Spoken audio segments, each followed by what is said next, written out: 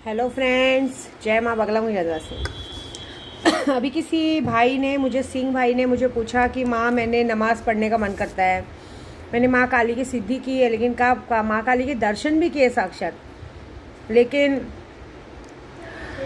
माँ को बात नहीं कर पाया। बात करूँ, क्या करूँ, कैसे करूँ? देखिए, जब आपको माँ ने साक्षात्कार दर्शन दे दिया तो ये बात जिद करनी बहुत गलत बात है कि वो हमसे आके बात करें। वो किसी न किसी रूप में तो आपके आके बात करती होगी, ये बात है। इस दुनिया में माँ से बढ़कर कोई नहीं है। मैंने बचपन से देखा है कि मुझे बचपन से माँ काली ने संभाला है। मैंने उनके साक्षात्कार दर्शन भी किए हैं और हमेशा ऐसा हुआ है कि वो हर रूप में मुझे मिली है। माँ काली के रूप में मिली है, पावागढ़ वाली काली के रूप में मिली है, शमशान काली के रूप में मिली है, कोलकाता की काली के रूप में मिली है, हमारी काली खो विंध्याचल की काली के रूप में मिली है, उसके बाद मांडरची काड़ूबाई के रूप में मिली है, फिर भी और थोड़ी रात कमी पड़ गई थी, माँ मेलड़ी माँ के रूप में मिली है, मूंगल माँ के रूप में मिली है। लेकिन माँ मिली है हर रूप में, मतलब हर तरह से। वो जिस तरह से मेरे साथ रह सके, उन्होंने हमेशा मेरे साथ रहे हैं। उन्होंने मुझे कभी बुरा नहीं बनने दिया। इसलिए मैं आपको कह रही हूँ, बात करना है ना तो उन्हें महसूस करो, उनसे प्यार करो। सिद्ध नहीं किया जाता माँ काली को, उनसे प्यार किया जाता। इस दुनिया में अगर मुझे सबसे अच्छा रिश्ता रखता है तो मेरी माँ, मेरी माता रानी का और मेरा रखता है, माँ काली का। वही मेरी विंध्यवासिनी माँ है, सब कुछ है।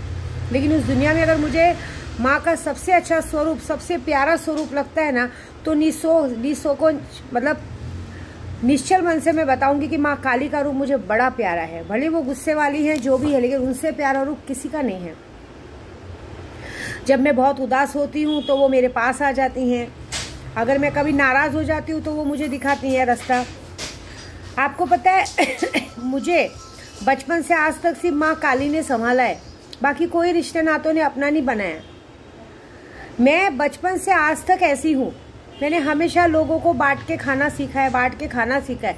लेकिन हर बार ऐसा हुआ है कि हर एक इंसान मुझे इतनी जोर से तकलीफ दे के गया है, जो तकलीफ को मैं किसी के सामने बयान नहीं कर सकती।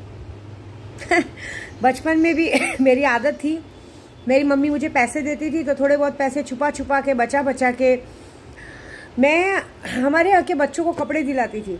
छोटे छोटे बच्चों को कपड़े दिलाना, छोटे छोटे बच्चों के साथ खेलना। आज वो बच्चे बड़े हो गए, मेरे सामने मुझे नमस्ते दीदी करते तो शर्म आती है। अरे बाप रे, इतने बड़े हो गए। मेरे घर पे जितने लोग पहले भी काम करते थे, ये भी करते थे, मेरे घर में सिर्फ एक काम करने वाली एक लेडी सच्ची आई थी, जिसका नाम जूली भाभी था। आई स्वयं भगवान उसको बहुत आगे करे, उसने कभी मुझे परायापन नहीं महसूस होने दिया। उसने हमेशा मुझे एक अजीब सी खुशी दी। मेरे बच्चों को अच्छे से संभाला। उस वक्त मेरा स्ट्रगल टाइम चल रहा था, तो उस स्ट्रगल टाइम में उस औरत ने मुझे बहुत संभाला। मेरे बच्चों को संभाला, सब कुछ किया। उसके बाद के बाकी जो भी आए ना, सब लूट के खाने वाले आए। मैं आपको सच बताऊं ना कि उसके बाद जो भी आए ना, हर किसी के अगर एक एक पहलू देखा जाए तो किसी के बारे में पर्सनली बता के मतलब नहीं है, लेकिन हर बार उनको दिलो जान से सारी चीज़ें देने के बाद उन लोगों ने हर बार यही डायलॉग मारा है कि हमने थोड़ी बोला था देने, हमने बोला था क्या करने। मतलब सबको अपना एक एक रुपया याद रहता है, लेकिन हम उन्हें लाखों करोड़ों के गहने दे दे, कपड़े दे दे, घर का सामान दे दे, वो याद नहीं रहता। आज की तारीख में MA BA पास एम्प्लॉय बड़े बड़े कंपनी में जॉब करते हैं, लेकिन तो भी उनका मालिक कभी उन्हें अपने बाजू में बिठा के खाना नहीं खिलाएगा। याद रखना, उनको बोलेगा बाजू के टेबल पे जाके बैठो। कम से कम 1000 रुपये दे देगा कि आप बाजू में जाके बैठ के खाओ। कभी अपने टेबल पे नहीं खिलाएगा। विद्या देवी ने तो अपनी थाली में खाना खिलाया है। पता है आपको एक इंसान बुरा क्यों बनता है? एक इंसान बुरा इसलिए बनता है कि उसको बुरा बनने पे लोग मजबूर करते हैं, उसकी अच्छाई को रोन देते हैं, उसकी अच्छाइयों को इतनी बुरी तरीके से अपने पैरों के नीचे कुचल देते हैं कि उसके बाद उसका पूरे लोगों से विश्वास उठ जाता है। फिर उसका बुरा बनना ही अच्छा रहता है। लेकिन मैं क्या करूं, मैं अपना नेचर नहीं बदल सकती। हर बार मैं हमेशा लोगों के साथ अच्छे से रहती हूँ। हाँ, अगर मैंने अच्छी साड़ी पहनी है तो मैंने सोचा है कि मेरे साथ में रहने वाले भी अच्छे कपड़े पहने। अगर मैंने अच्छा गहना पहना है तो मेरे, आप यकीन मानिए, जो भी आज तक मेरे साथ जुड़े हैं सबको मैंने इस तरह से अपने घर में जो भी रहते हैं, मतलब इंसान अपने बाजू में खिलाने के बाद बोल रहे हो, मैंने अपने घर में अगर हर त्यौहार पे, मेरे घर में जितने भी काम करने वाले, अगर हर त्यौहार पे उनको कपड़े, गहने, सारे सामान मिले। लेकिन उन्होंने क्या किया है, उन्हें थोड़ा नहीं चाहिए, उन्हें पूरा चाहिए। और उस पूरे के चक्कर में आपको सच्ची बोलो ऊपर वाले की लाठी में आवाज़ होता है। भगवान फिर उनसे पूरा छीन लेते हैं कि तेरी लायकी नहीं है, क्योंकि तेरे पास जो था तूने उसे खो दिया। अब आपको बताओ ये सारी चीज़ें होते होते ना कहीं दिल के कोने में इतना दर्द होता है कि बाबा मैं क्यों करती हूँ, नहीं करना है, अब छोड़ दो। मैं भी लोगों के जैसे बुरी बनती हूँ, मतलब ही बनती हूँ। मेरे को भी आना चाहिए कि नौकर लोग को मिले तो 500 रुपया देके बोलने का जाओ बाजू के टेबल पे खाना खाओ। हम लोग भले 5 स्टार होटल में खाना खाएंगे, उनको बोलेंगे जाओ बाखड़े पे कोई ढाबे पे बैठ के खाना खाओ, तब इन लोगों को पता चलेगा। लेकिन नहीं, हम क्या करते हैं, हम अपनी बराबरी में बिठाते हैं। हम जिस होटल में 5 स्टार होटल में क्यों ना रहे, उस होटल के बाजू वाले कमरे को ड्राइवर्स के लिए बुक किया जाता है, अच्छे से रहो खाओ पियो रहो। लेकिन वो क्या करते हैं, जरा सा अगर एक दिन या तो पैसा लेट हो गया या एक दिन जरा सा उन्हें थोड़ा सा डांट दिया बोल दिया तो उनका ईगो हट हो जाता है, सीधा बोलेंगे कि क्या क्या बोल दिया। और आपको पता है ये घमंड चूर चूर होता है घमंड आदमी को खत्म कर देता है, ये याद रखना। इंसान जिंदगी में सब कुछ करे, घमंड नहीं करना चाहिए। और खास करके उनसे तो घमंड बिल्कुल नहीं करना चाहिए जिससे तुम्हें रोटी मिलती है। एक एक लोगों को घमंड होता है, एक एक जन होते हैं मेरे साथ गाड़ी चलाते, एक एक को घमंड होता है, अरे अरे हम पहले बहुत अमीर थे, ये पहनते थे, ऐसा करते थे, बड़ी बड़ी कंपनी में जॉब करते। अंबानी के यहाँ जॉब किया है, ओके किया है, लॉकडाउन के बाद आज क्या औकात है, आज क्या है? तुम्हारे घमंड ने तुमको बर्बाद किया। तुमको एक विद्या देवी जैसी औरत मिली जो दीदी और माँ बन के तुम लोगों को संभाल रही थी।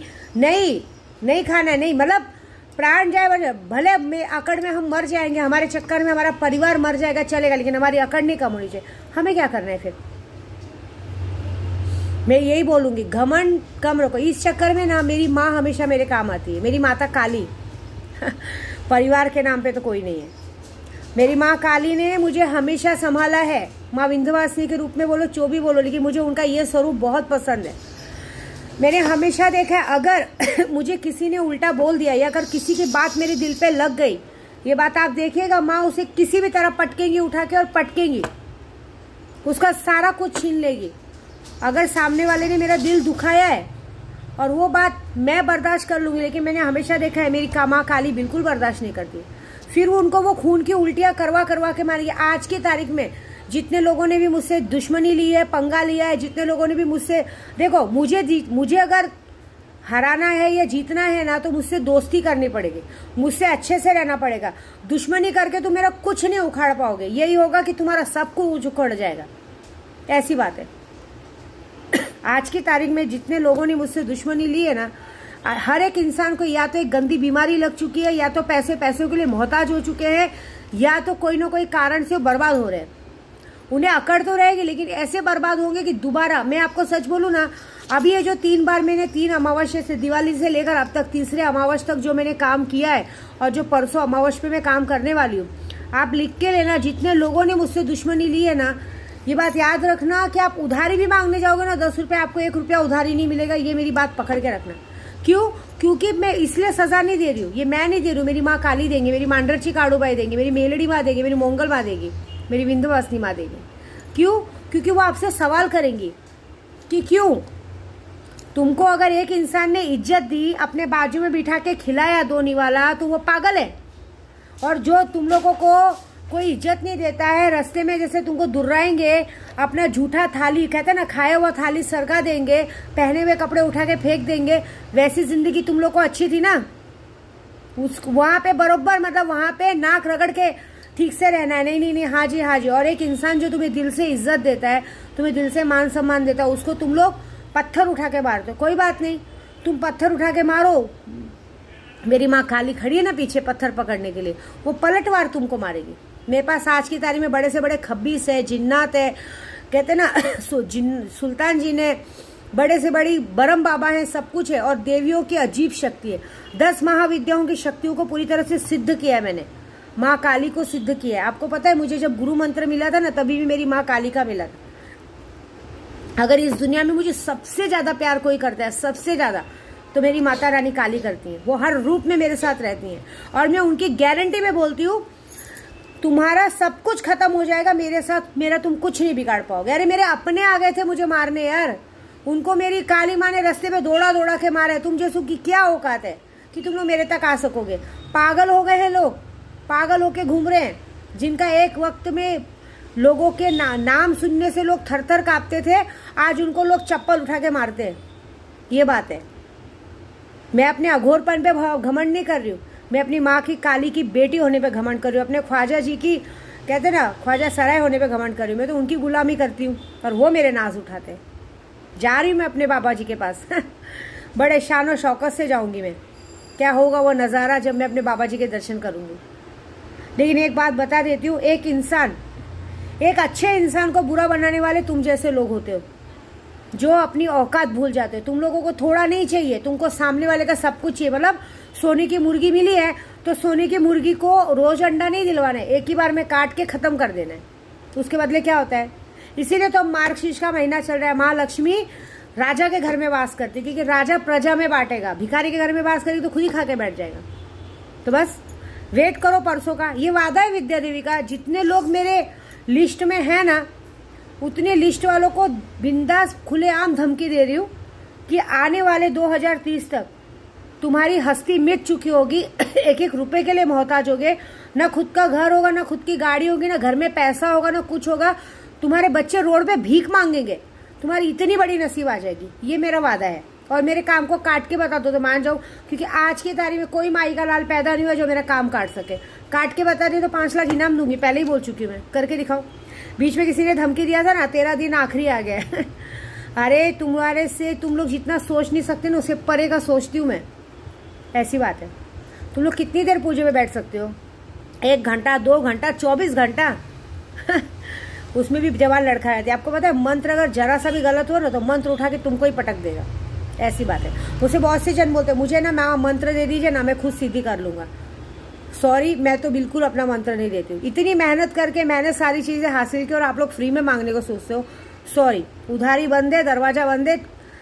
पैसा फेंको, तमाशा देखो। तुम्हारे गांड में दम है पैसा फेंकने का, मेरे गांड में दम है मारण क्रिया, वशीकरण, मूठ मारनी, जो करना है करके दिखा दूंगी।